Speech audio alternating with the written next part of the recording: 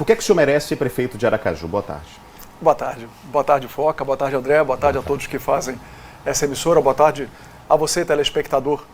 Eu tenho 51 anos de idade, tenho 26 anos de serviço público, já passei pela iniciativa privada, atuo também no escritório de advocacia. Eu conheço os problemas da cidade, tenho coragem para enfrentar esses problemas, não tenho vinculação política com qualquer oligarquia partidária aqui de Aracaju e me dispus, na verdade, para servir a cidade. Meu desejo é servir a cidade. As pessoas podem conhecer o meu histórico. Aracaju é uma cidade pequena, eu atuo publicamente, sou procurador do Estado, todos acompanham, ou muitas pessoas, melhor dizendo, acompanham a minha trajetória, mas aqueles que ainda não acompanham, tanto podem me conhecer pelas redes sociais, quanto podem também perguntar, né? Há muitos advogados em Aracaju, e é muito bom você perguntar para as pessoas que tiveram contato comigo o que acham do meu caráter, da minha idoneidade, da minha qualificação. Eu acho que isso é importante. A cidade, ela propicia que se adote esse tipo de postura. Perguntar mesmo às pessoas que me conhecem, às vezes não pessoalmente, mas profissionalmente, elas podem dar o testemunho sobre a minha idoneidade. Eu acho isso importante. Primeira dúvida, e aí a gente já traz justamente um problema de Aracaju que é crônico, que gerou muita polêmica nos últimos meses, principalmente nosso programa de rádio lá na Transamérica. As pessoas interagiam bastante falando sobre os corredores de ônibus. O senhor tem uma proposta de eliminar, de acabar de uma vez por todas com os corredores. E quais são as soluções, né, para realmente desafogar o trânsito, para dar fluidez aos veículos, principalmente nos horários de picos e nos pontos mais críticos da nossa capital, Avenida Tancredo Neves, a Avenida Beira-Mar, a Hermes Fontes ali com a Adélia Franco. Quais são as soluções para os corredores? Bom, primeiro, eu não sou contra a extinção, eu sou contra a suspensão, porque hoje Aracaju não tem um volume de ônibus suficiente a justificar um corredor de ônibus. Então, esse é um primeiro ponto. Quando Aracaju tiver um transporte de qualidade e em volume suficiente, os corredores passam a ser uma alternativa, não significa que possam ser aplicados. Hoje o que se vê é um absurdo. Sobretudo é um absurdo porque diminuíram uma faixa para o volume de carros e não alteraram o tempo de abertura e fechamento dos sinais. Então veja, se eu tenho um fluxo dividido em 3 faixas, de repente eu coloco esse mesmo fluxo em 2 faixas, eu preciso alterar o tempo dos sinais. Então uma parte dos engarrafamentos é falta dessa adequação. Uma faixa exclusiva que não se justifica atualmente e uma total dessincronia entre o que foi feito com a exclusão de uma faixa e a manutenção dos sinais. Então, vamos lá, concretamente como é que se resolve? Primeiro, as soluções mais simples. A exclusão da faixa, ela já trará uma melhoria, já desafogará. A sincronização dos sinais, os sinais são dessincronizados. Ali na 13 de julho, na saída da ponte do Rio Mar, é uma vergonha. Se para em 3 sinais, um distando mais ou menos 200, 300 metros do outro. Então, é preciso sincronizar os sinais. Hoje há sistemas de sincronia de sinais. Você pode estabelecer uma central de monitoramento, inclusive, para caso haja algum defeito nesse sistema, para que seja tocado manualmente, alterado manualmente o tempo de abertura e fechamento de cada sinais. E outras coisas muito simples. Em Aracaju é comum que 2 faixas, uma pista transversal à outra, uma pista de 2 faixas desemboca em outra de 3 faixas. Não há porquê manter para uma terceira faixa o mesmo tempo de fechamento dos sinais do que de outras 2. Sim. Por exemplo, Farolândia. Vem 2 pessoas da Farolândia para entrar na Beira-Mar. São 2 faixas de entrada. Na Beira-Mar são 3 faixas. Então, logicamente, que aquelas 2 faixas que serão utilizadas pelas pessoas que ingressarem na Beira-Mar, essas precisam de um tempo de fechamento de sinal maior. Já a terceira faixa, que fica mais à direita, ela pode fechar apenas quando for necessário para o pedestre. Aquela via, ela pode continuar fluindo. Então, são soluções simples e, logicamente, as soluções mais complexas. Aumento do número de ônibus. A licitação, ela prevê um aumento de 18 ônibus. Sim. Isso é completamente insuficiente. Eu acho que a licitação, daqui a pouco, a gente vai entrar nesse ponto. Então não vou tocar nesse ponto. Você precisa de um aumento do número de ônibus porque a população, ela tem que olhar para o transporte coletivo e se estimular a pegar o ônibus. Agora, se a pessoa sabe que vai ficar 35 minutos parada no ponto esperando, pegar um ônibus velho que quebra toda hora, que não tem ar-condicionado, que anda como se fosse uma lata de sardinha, a pessoa acaba não optando pelo ônibus, vai de carro. Então, acaba gerando esse tipo de problema. Bem, a gente encontra, são 7 candidatos, todos vão passar por aqui, e a gente encontra, Zé Paulo, muita gente com propostas mirabolantes, entendeu? E o que a gente vê na prática é que entra a eleição, sai a eleição e as soluções não aparecem, né? O discurso na hora da campanha e depois na prática, zero.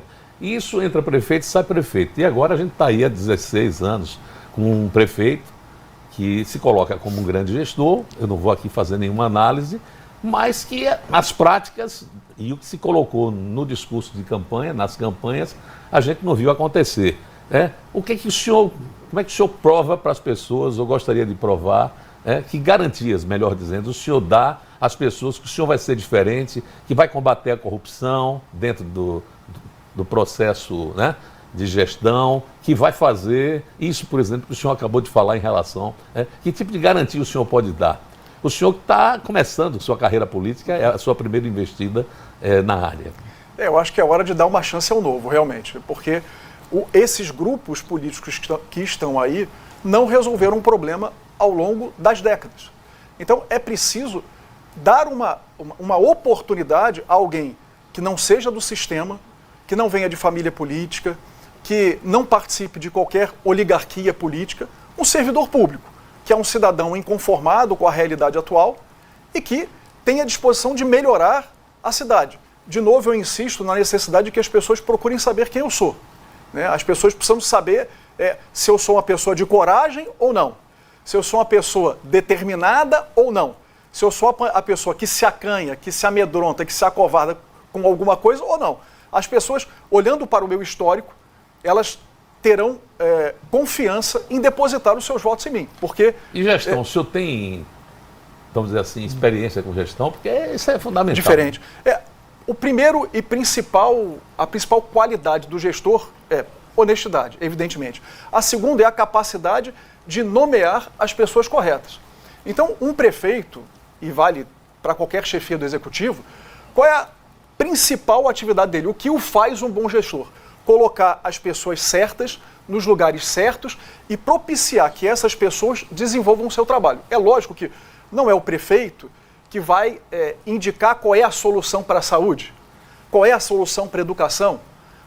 O que ele tem que fazer é colocar um grande gestor de saúde, um grande gestor de educação, um grande gestor do sistema de transporte e de trânsito, para que essas pessoas possam trabalhar. Então, a função do prefeito é uma função de estratégia, uma função de planejamento geral. Mas quem coloca a mão na massa, na verdade, são, a princípio, os secretários. E o prefeito tem que dar o respaldo do secretário, não permitindo que as pressões políticas os impeçam de fazer aquilo que tem que ser feito, por exemplo. Candidato, dentro desse contexto ainda, sobre a gestão, sobre essa ausência de amarras, do que a gente convenciona chamar de velha política, né? O senhor, inclusive, começou o seu discurso, a sua entrevista, dizendo que o senhor está distante das oligarquias políticas. A gente tem conhecimento, isso inclusive tem sido divulgado, de que há políticos sergipanos, pessoas que já tiveram mandatos, que declararam apoio ao senhor, e tem também, e aí já numa situação nacional, por exemplo, figuras em seu partido como o Ricardo Salles, que é ex-ministro do governo Bolsonaro, e o Ricardo Salles, todos sabem, envolvido em uma série de polêmicas, processos também, que estão atrelados ao Partido Novo, que é o partido em que o senhor está.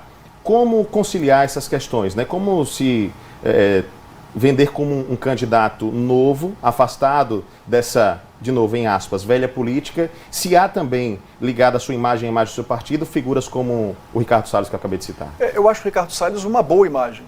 Ele foi um grande ministro do meio ambiente, na minha avaliação, enfrentou grandes oligarquias e também não está ligado a nenhuma oligarquia política. E por isso que ele acabou sendo fritado. Então, eu acho que a imagem dele é ótima. O Partido Novo, ele faz uma seleção, inclusive dos seus filiados, quanto mais dos seus candidatos. Então, ele puxa certidões criminais, puxa certidões de ações propostas contra o candidato ou contra o seu filiado, exatamente para garantir que haja não é possível evitar todo o tipo de erro, mas para que haja o mínimo erro. Então, se há uma certidão positiva, o candidato ou o filiado, ele tem que apresentar justificativo. E aí o partido decide se aceita ou não a filiação, se aceita ou não a candidatura. Para que se seja candidato novo, a pessoa passa por um processo seletivo além da apresentação das certidões. Então ele é um partido que não é perfeito, evidentemente, né? Não se espera a perfeição do partido, tem os seus erros, que não é formado por pessoas perfeitas, evidentemente que eu estou muito longe da perfeição, e todos os que estão ali também estão longe da perfeição, mas é um partido que se estruturou para permitir à população a escolha dos candidatos que têm capacidade, que têm lisura. Lógico que você só vai conhecendo as pessoas com o passar do tempo, mas que chegaram até aquele ponto com lisura e que tem um perfil de ideias muito claro. Não é um partido que está aí para jogar para a torcida. Ele se apresenta. Se o eleitor gostar das suas ideias, escolhe. Se o eleitor não gostar, não escolhe. Mas o eleitor sabe o que é. Candidato, já falando justamente sobre partido, pegando o gancho que Lucas levantou, eu acho que a maior figura do Partido Novo é o governador de Minas Gerais, Romeu Zema. E Romeu Zema votou em Bolsonaro, fez campanha para Bolsonaro no primeiro e no segundo turno e considera Bolsonaro o maior líder da direita no Brasil. O senhor se considera bolsonarista? Eu já respondi isso algumas vezes. Eu me considero... Quando você diz que uma pessoa é alguma coisa, você está dando a identidade dela. Eu sou um católico, é isso que eu sou. E um apoiador do presidente Bolsonaro. Também comungo com a opinião do governador Romeu Zema, é o maior líder da direita. O Romeu Zema, inclusive, ele já manifestou que considera que, recuperada a elegibilidade do ex-presidente, ele é a pessoa que deve estar disputando as eleições. Então, eu fui convidado para participar do governo Bolsonaro, a ministra Damares, hoje senadora Damares. Ela me convidou para compor a sua assessoria direta, então, o que me orgulhou bastante. Então, eu não vejo nisso nenhum problema. É aquela questão, o fato do presidente estar em outro partido e ter uma candidatura à prefeitura de Aracaju não vai fazer com que eu me volte contra ele ou com que eu passe a criticar alguma coisa que eu sempre elogiei. Apoiará certamente a candidata do seu partido, é natural. Não foi um governo perfeito, errou na comunicação, mas foi um grande governo diante das circunstâncias e eu não vou deixar de fazer isso. Isso também é uma postura, eu acho que é diferente, né? As pessoas esperam que, sendo de um outro partido, e sobretudo um partido que tem um candidato, eu vá partir para a crítica ao presidente. Eu não vou fazer isso, porque o senhor eu é, na verdade, injusto. conservador nos costumes e liberal na economia, né? Basicamente isso. Né? Eu quero puxar um pouquinho também para a questão da gestão, eu estou preocupado com isso. Eu acho que Aracaju precisa evoluir muito ainda, tem muito para andar e acho que os nossos eleitores que estão assistindo aí, né, eles têm que ter uma noção clara de quem vai colocar ali naquela cadeira com a caneta, porque senão depois são 4 anos de choradeira, né? O senhor conhece Aracaju, o senhor conhece a prefeitura, o senhor, a cidade, o senhor tem ideia do que é Aracaju hoje? Não. Porque o senhor é procurador, está ali nos gabinetes e tal, né? Parte do direito, né? Mas e a cidade? O senhor já se sente preparado? O senhor já foi no Japãozinho, já foi... Enfim, 17 de março. 17 de março. Todos os lugares. O senhor conhece a cidade mesmo? Conheço. Eu conheço a cidade, logicamente que algumas peculiaridades só conhece quem assume a gestão, sobretudo considerando que Aracaju não é uma cidade transparente, então em relação aos números, às vezes é difícil de você conseguir. Agora, rodar a cidade já rodei algumas vezes, não há bairro por onde eu não tenha passado, não há bairro onde eu não tenha descido, que eu não tenha conhecido. O 17 de março mesmo é um bairro que passou por uma melhoria muito grande, é indiscutível. Mas no Santa Maria, quando você vai ali ao redor, você vê num ponto, em um trecho como o 17 de março, uma arrumação, praças, e em outros trechos não tem nenhuma área de lazer, por exemplo. De novo, o prefeito ele precisa conhecer os problemas e precisa estar na rua. Então, o grande equívoco que me parece da gestão atual, ou um dos grandes equívocos, é não estar na rua. O gestor ele tem que ser aquele mão na massa. Ele tem que ir para a cidade para ver como é que está o trânsito. Ele tem que ir no bairro para ver como é que as pessoas estão, não apenas no período de eleição. Agora, lógico, uma boa parte da cidade eu só passei a conhecer por conta da minha candidatura. Isso é indiscutível, mas eu acredito que isso seja a realidade da maior parte dos aracajuanos. Há aracajuanos, né, que eu cito aqui minha social media, minha assessora Rafaela, ela, alguns lugares, ela nunca, por alguns lugares, ela nunca havia passado, sequer sabia que existia. Então eu acho que isso agora vai filmando, né? Agora está filmando, conhecendo tudo. Candidato, dentro desse contexto das propostas de governo e das áreas que a gente tem de mais importante, eu queria falar um pouquinho sobre saúde. Em algumas entrevistas que o senhor tem concedido, pelo menos em 2 oportunidades, eu te ouvi usando a expressão saúde composta. Me parece que é essa expressão que o senhor usa. Não sei se de fato, a ideia de saúde composta é só uma expressão que o senhor usa ali no momento ou se tem algo por trás disso. Mas queria te ouvir em relação à saúde. E dentro desse contexto, se o senhor puder trazer para a gente, aqui no debate da TV Atalaia, por exemplo, houve uma fala do senhor em que o senhor trouxe a ideia, e aí o senhor pode inclusive me corrigir se eu não estiver com a compreensão correta da coisa, de que as mães atípicas poderiam ser como uma espécie de contratadas para poder acompanhar os seus filhos em atividades escolares ou algo desse tipo. Eu queria saber claramente como é que funcionaria isso, né? Já existe uma ideia mesmo, caso o senhor se torne prefeito, de tornar isso prático, e como é que seria? Existe. Bom, eu não lembro de ter usado essa expressão, saúde composta. Pode ter juntado ali duas palavras, a ideia não era apresentar uma expressão. Em relação à saúde, quais são as reclamações que se ouvem em todos os bairros? Faltam medicamentos, todo mundo reclama. O atendimento do posto não é um atendimento decente, as pessoas são grosseiras com a população. Marcação de exames, às vezes eles demoram mais de um ano, quando chega a hora do exame, já perdeu completamente o sentido de realizá-los. Então, o Novo ele sempre apresenta propostas que sejam palatáveis, que não são, ao contrário do que o André falou em relação a muitas propostas, as nossas são factíveis. E às vezes as pessoas estranham, mas é só isso? Mas é porque em pequenas intervenções geram melhorias gigantescas. Em relação à saúde, algumas intervenções são necessárias. Escolha das pessoas adequadas, preparadas para exercer determinadas funções. Então, o diretor do posto, ele não pode ser escolhido porque é amigo do vereador, porque é parente do vereador. Ele tem que ser escolhido porque tem qualificação profissional para estar à frente do posto.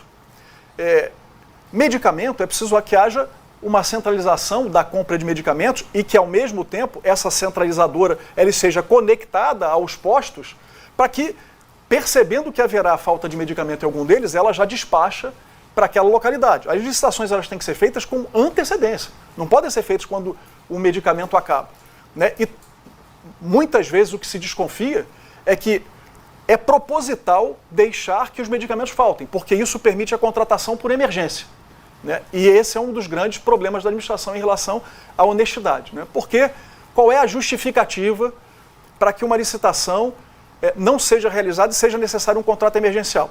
Nossa proposta: qualquer contratação emergencial gera um procedimento administrativo para apurar o motivo pelo qual houve aquela contratação emergencial, porque ela só se justificaria caso houvesse uma situação excepcional. Olha, essa situação ela é completamente imprevisível. Né? Mas numa situação normal, faltar medicamento, olha, surgiu uma pandemia. Bom, aí é uma situação excepcional. Então, centralização das compras e retorno ao médico da capacidade de que ele agende os exames, porque retiraram isso do médico, e é aquilo, né? Retiraram do médico porque, segundo dizem, os médicos estavam preparando campanhas em virtude da marcação dos exames. Voltar para o médico a capacidade dele próprio agendar os exames e também através do aplicativo que o próprio paciente marque. E usar a capacidade ociosa dos hospitais privados, para que aquela pessoa que não consegue atendimento no serviço público, ela possa utilizar naquele horário em que a iniciativa privada não está usando o seu equipamento, né? Às vezes o horário não é o melhor, mas isso torna possível o atendimento. Então, são situações emergenciais. Em relação à criança atípica, é uma faculdade. As mães, e eu conversei com algumas, elas ficam angustiadas porque não levam as crianças para o colégio em virtude da falta de assistência. O ideal é que haja pessoas qualificadas na escola, sim, mas isso demora, né? E isso não é fácil. Enquanto isso, qual é a alternativa?